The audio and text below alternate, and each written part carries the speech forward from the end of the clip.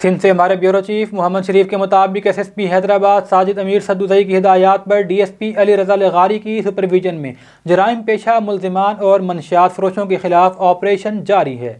ٹنڈو جام police نے دوران گشت مخفی اطلاع پر S H O Tando Jam Pervez Khan, A S I Atiq Ahmed Khaskheli کے ہمراہ اپنے پولیس اسٹاف کے ساتھ مٹیارے جانے والے لنک روڈ لغاری موری چوک کے قریب کارروائی کرتے ہوئے ملزم اویس قائم خانی سے گرفتار کر لیا۔ ملزم کے قبضے سے 1800 گرام چرس برآمد ہوئی۔ ملزم کے خلاف سرکاری مدیت میں تھانہ ٹنڈو جام چرس ایکٹ کے تحت مقدمہ درج کر لیا گیا، جہاں ان کے خلاف مزید تفتیش جاری ہے۔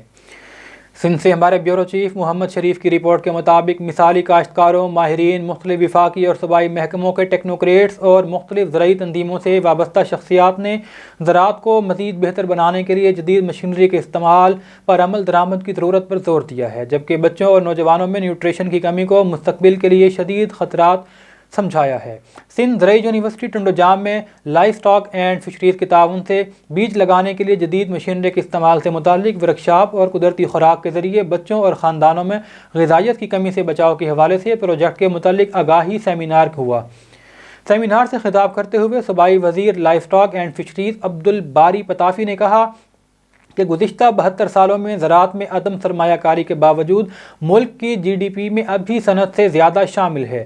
انہوں نے کہا کہ صوبے کے شعبہ صحت کے لیے 250 ارب روپے کا بجٹ ہے، جبکہ محکمہ لائف سٹاک کے لیے 6.5 ارب کی بجٹ ہے۔ انہوں نے کہا کہ زراعت پر مطلوبہ توجہ اور سرمایہ کاری نہ ہونے کے باعث جی ڈی پی میں اس کا حصہ 53% سے کم ہو کر 21% رہ گیا۔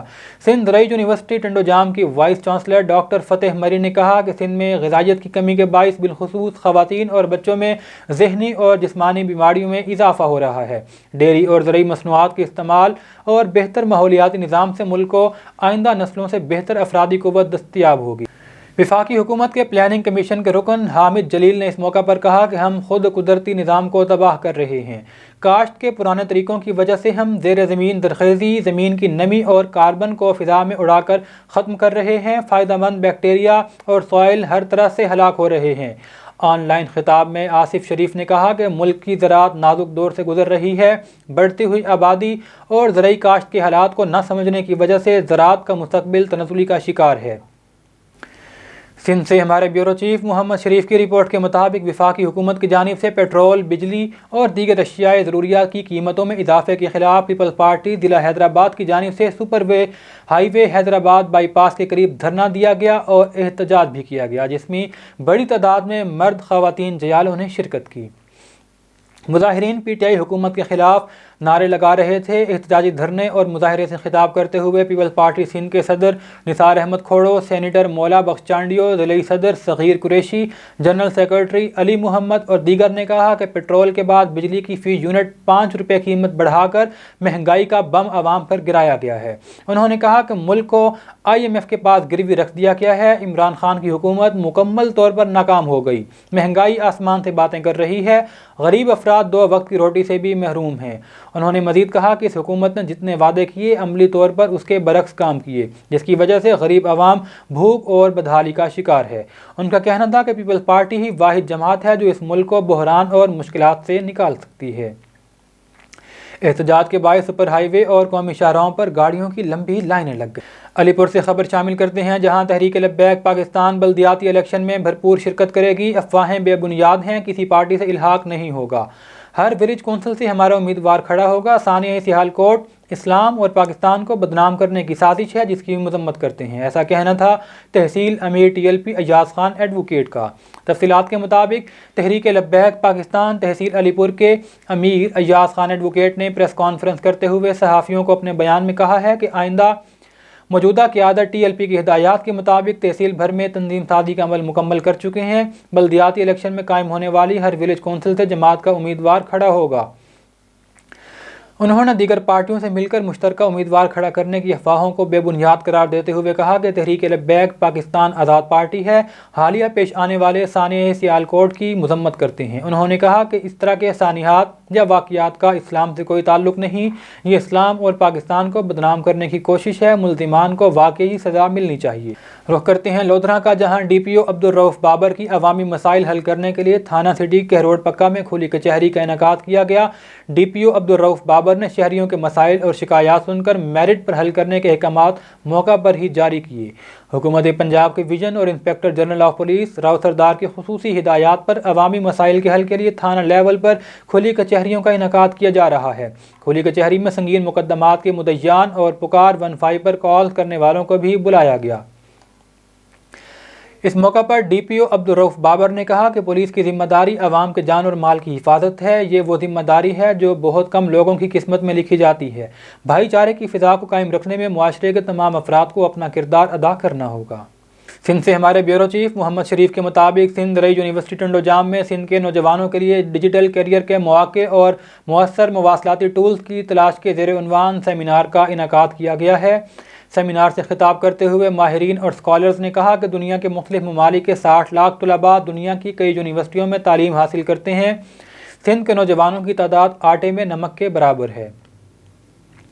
ہم سندھ کے 60,000 طلباء کو یونیورسٹیوں میں بھیجنے کا خواب لے کر نکلے ہیں۔ سندھ حکومت، محکمہ کھیل اور نوجوانوں کے معاملات کے ذیلی ادارے انسٹیٹیوٹ فار سوشل چینج کے تعاون سے سندھ رئی یونیورسٹی کے کراپ پروٹیکشن فیکلٹی کے زیر میزبانی منعقدہ ایک روزہ کانفرنس سے خطاب کرتے ہوئے فیکلٹی ڈین ڈاکٹر جان محمد مری نے کہا کہ سندھ رئی یونیورسٹی دنیا کی دیگر یونیورسٹیوں میں اعلیٰ تعلیم کے لیے اپنے گریجویٹس کی حوصلہ افزائی کرتی ہے، لیکن عالمی معیار کے مطابق رئی یونیورسٹیوں کے تدریسی اور تحقیقی معیار کو بہتر بنانے کی ہم بھرپور کوشش کر رہے ہیں۔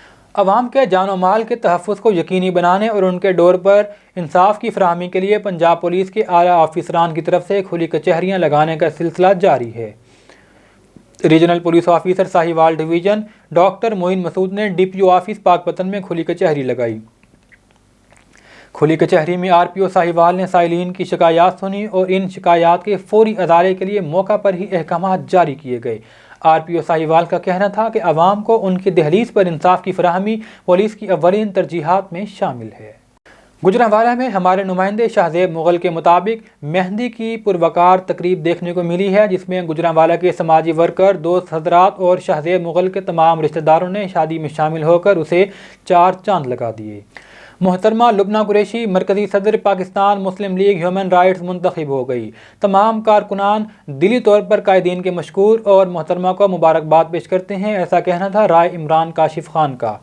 جنگ سے ہمارے کرائم رپورٹر کے مطابق محترمہ لبنہ قریشی کو صدر پاکستان مسلم لیگ ہیومن رائٹس ونگ بننے پر ایم ایس ایف کے تمام اعلیٰ قیادت اور دیگر ممبران نے مبارکباد پیش کی اور دلی مسرت کا اظہار کیا۔ اس موقع پر مرکزی صدر M S F Chaudhry Sohail Cheema, صوبائی صدر نور سمد بھٹی، نائب صدر doctor Nawaz Bhatti, general secretary Sajid Hasnain Shah, Jhang کے ضلعی صدر سردار رائے عمران کاشف خان، سینئر عہدیدار امتیاز خان بلوچ، رائے سلیم بھٹی، عابد بسرا، محمد اشرف اور دیگر تمام عہدیداران اور ممبران نے بھی اپنے قائدین جناب چودھری پرویز الہی، چودھری مونس الہی، چودھری وجاد حسین کا خصوصی طور پر شکریہ بھی ادا کیا۔